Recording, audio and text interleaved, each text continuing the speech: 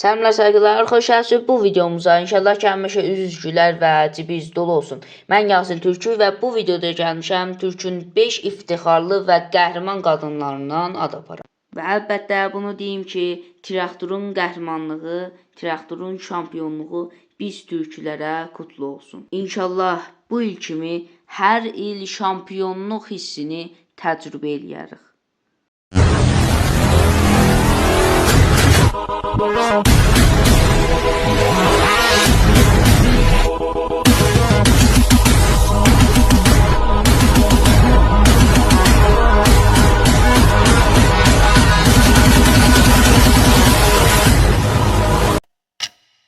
Bir, qəhrəmanların qəhrəmanı, anaların anası, Ana Tümrüz. O, 2500 il bundan qabaq Kuroş Hexameneşilərin böyük şahını şikəst verib və ona öz qanın içirdəndən sonra öldürüb və yurdumuzu qoruyubdur.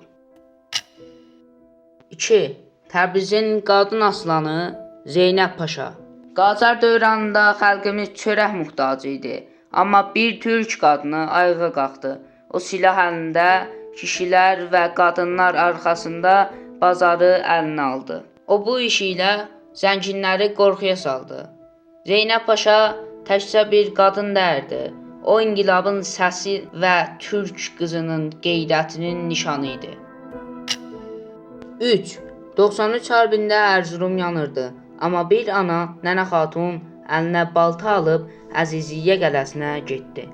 Və arxasında yüzlərcə qadın, kişi, qoca, cavan var idi. Türkün o gün topu tankı yox idi. Amma iman və gücü var idi. Rus ordusunu qovdular, torpağı qorudular. Nənə Xatun türk qadınının savaş ruhu, Anadolunun qururudur. Pərvin Etisami, Türk dünyası və İranın qadın qəhrəmanı.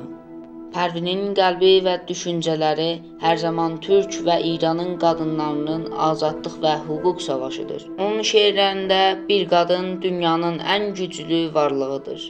Pərvin Etisaminin sözləri hələ bizləri yaşadır. 5. Sabiha Gökçən, Türk qadınının göydəki qəhrəmanı. Dünya bir qadının göylərdə uçmağını heç vaxt düşünmürdü, amma o bir qadının göy üzərində hakim olacağını göstərdi.